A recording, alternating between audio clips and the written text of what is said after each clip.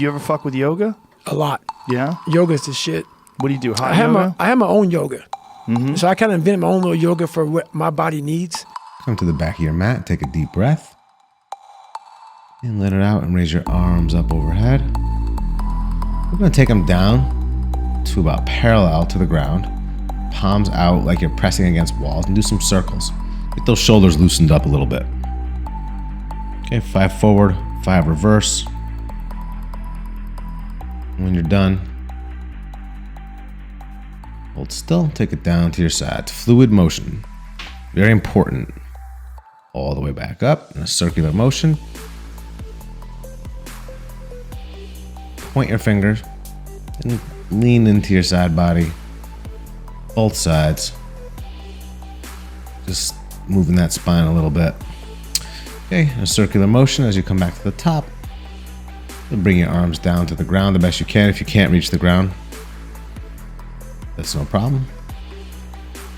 Grab opposite elbows and let your head dangle. No, release any tension, no stress, no pressure. Let your arms go down. Roll up. Back to stand. Point your fingers. Clasped. And lean into your side body. Okay. You can drop your arm to your side. Really deepen that stretch. You'll feel it literally from your pinky down to your fat roll. Same thing on the other side. Arm down. You feel it from your pinky to your side body. Both arms back up. And in a nice fluid motion again, coming back down. These fluid motions are important. Like, I'm not trying to flow so much as I am just trying to get bodies in motion and loosen things up along the way. Okay, so with your feet as wide as the mat, we're going to come into a squatted position. Okay, and let yourself continually go down as far as you can, And if you can comfortably get down here, this is a great place to be. If you can't, this is a good place to work toward. Pressing your knees with your elbows, getting a little more of a stretch. Okay, we're gonna come back to a stand, arms out in front of you. Okay, that's the goal. So if you haven't gotten there yet, we'll work toward it. Come back down as far as you can. Again, pressing those knees outward. It feels really good, especially if you did squats or running the day before.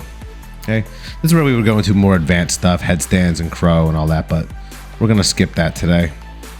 Come back up to a stand, feet together, arms overhead, forward fold, and then walk your hands out to a plank. Okay, I'm gonna do a push-up. Boom, knee to elbow as high as you can. Put it back, push up, knee to elbow as high as you can get that knee. And rock forward just a tad. Get that whole chest engaged before we go all the way down to our chest. Take our arm directly out to the side with our other palm directly under our shoulder. We're gonna push our body over, letting your foot fall to the ground if it reaches. Get a deep stretch on your shoulder. Come back to center. Take your opposite arm straight out to the side. No bend. Palm to the sky. Push over. That's one of those. Just, feels so good on the front of the shoulder. You're doing a kind of bench pressing, dumbbell pressing, push-up stuff. That's going to feel insane. Okay, take your arms back in and then straight out. Stretch out as far and long as you can. And then count of 3. 1, 2, 3. Lift up hands, arms, feet, and legs. Go a little wider with your hands if you don't have the full flexibility in your shoulders, full mobility. Come back down. Let it chill for a second. All right, get ready. We'll engage. 3, 2, and 1. Let's lift up. Just go up like another inch, man. 1 more inch. Up. All right. Hold it. Let's go down. Hands under your shoulders. Push back up to a plank.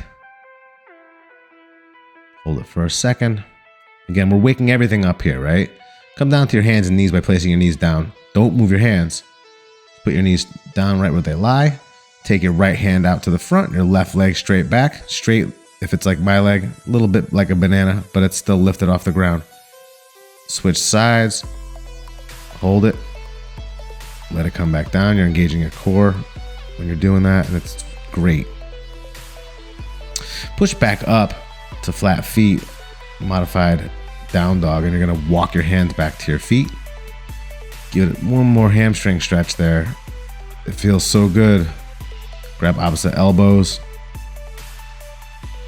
Okay, feet as wide as the mat. Go back into that squat. Notice how I obsess over that. It's really important.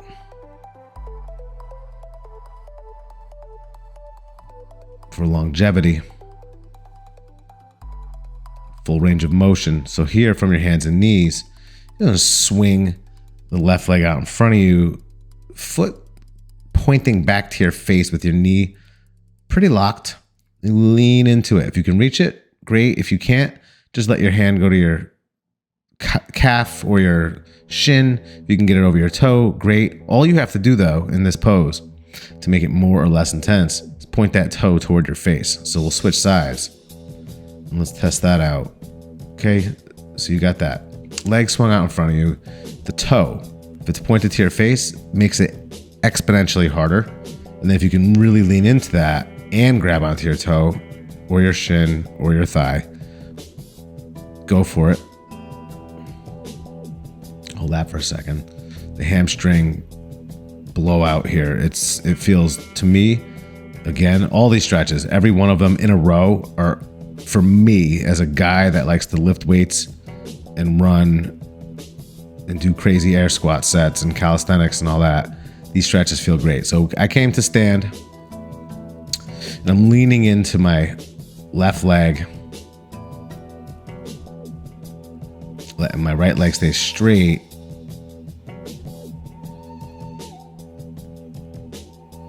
Ultimately, trying to get down as low as possible on each side. This is my little sequence. This is one of like 15 actually that I do all the time. It's like the essential stretches, right? To get yourself to level, to just get a little blood flowing, just to activate some stuff, active recovery exercises. Okay. So right now is another one of my all-time favorites. It is frog pose. And all you do is when you come down from that last pose, you roll up the edges of your mat because you really just want to make a little pad for your knee and put those ankles and feet flat sideways on the ground. Your knees are about twice the width of your hips if it's possible. Come down to your forearms and use your forearms to create some leverage to push yourself backwards slightly, a 1/4 inch at a time, 1/8 of an inch at a time. You'll feel it release along the way. And you can continue to go back and it feels completely bizarre. It's like a pinch, a stretch. But at the same time, it's super relieving. And the hip flexors, the hips, psoas, everything that's related to that entire area is on fire at this point. To me, when I discovered this for the very first time and I did it and I held it, and I'll hold this sometimes for like 60 seconds. It was one of the greatest stretches that I had found, but so are all of these.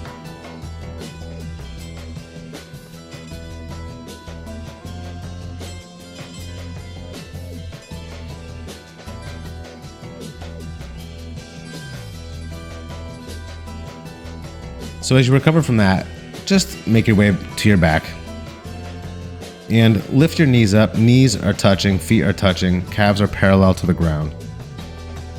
Okay, take your arms out to the side. Take your right hand and grab your left knee from the outside. Just pull your knees down to the floor and look over the opposite hand. And when this happens, you should say, ah. Okay, hold that for a few. Bring them back up to the top. and switch sides. Grab your right knee with your left hand, pull it down a little bit as you look over your opposite hand. And again, this should feel super relieving on your low back. It's most often that a crack will come out for me when I'm doing this. Okay, knees back up, calves parallel. And take your palms and place them above your face, and so that it's like you're on your hands and knees on your back. And then do dead bugs. Left arm back, right leg strong, straight. Right arm back, left leg strong and straight. That engages your entire core. You can, obviously do many more of those if you like. Now we're gonna just rock out a couple low crunches, reverse crunches, whatever you want to call them. Your knees bent, just tap your heels, lift that butt up. We'll do like 3 of those until we come into completely straight legs. Arms overhead the best you can. Feet are touching, knees are as close as possible. Let those legs go down, strong, straight. And right before they're about to hit the ground, lift your hands off the ground, and we'll do some hollow body crunches, or just hold it.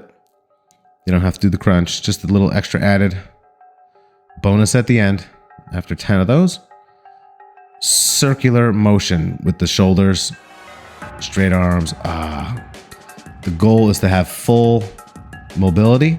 And here I'll visualize, like if I'm going to do a weight workout, I'll visualize sometimes, if I'm trying to get a PR goal weight or something, I'll visualize it here. I'll literally imagine that my arms are flexed with those weights in my hands. I don't know if it's worth anything, but it helps. And here I have my arms back over my head and I'm literally drawing a circle with my pointer fingers. I'm keeping them just above the ground, just hovering, keeping that full range of motion in my shoulders, flexibility as I come into a complete relaxed state.